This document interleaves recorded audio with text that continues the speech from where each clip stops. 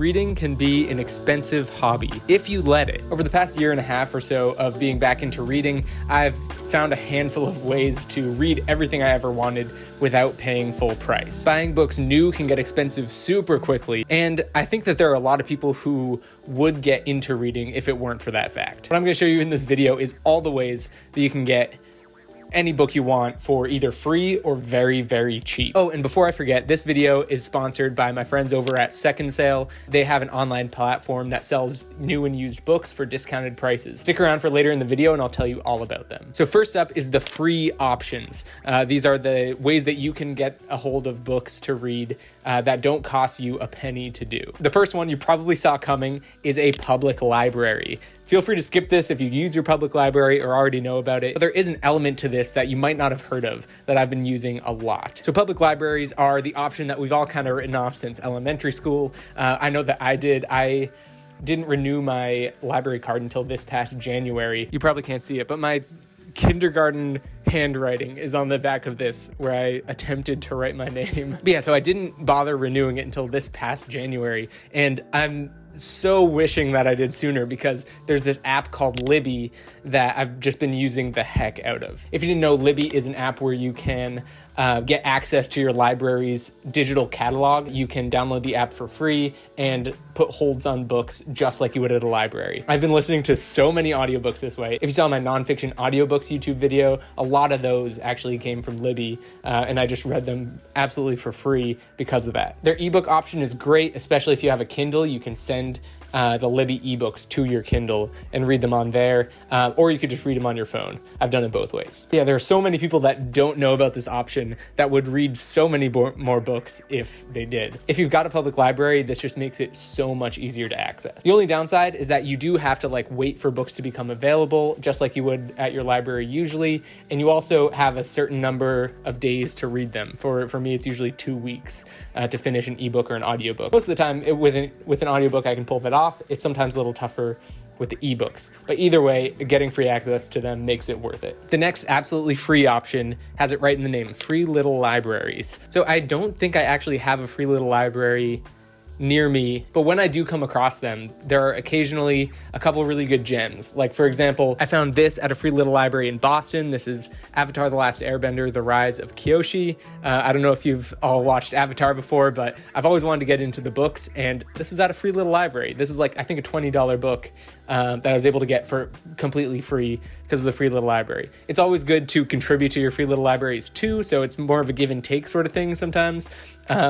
And they're also a lot less reliable than some of the other options on this list. You're not always going to find something that's good. Oftentimes it'll be the backwash of a community's reading. So, they're not the best, but they definitely are an option, especially if there's one close to you. You can just stop by and see if there's anything good. The final free option is borrowing from a friend. This one is so obvious, but so often overlooked. If a friend recommends you a book and they own the book, you could ask to borrow it. Given not everyone is comfortable with lending out their books, that opens them up to being damaged if they lend them out a bunch. There's always that risk with it, so definitely treat your friends' books responsibly and trust them to treat yours responsibly. But this is a great option because not only does it give you access to books that somebody else already purchased or got for free from a free little library, but it also allows you to socialize with books as a focal point, which is just so cool to do, to be able to bond over a piece of literature with someone that you're either close with or hope to be close with. Gives you something to talk about, gives you something to both look at from your different perspectives and discuss. It can be as intellectual or as not intellectual as you want it to be, but it's definitely a good social opportunity with books if that's what you're looking for. You also don't have to talk to the person that lent it to you.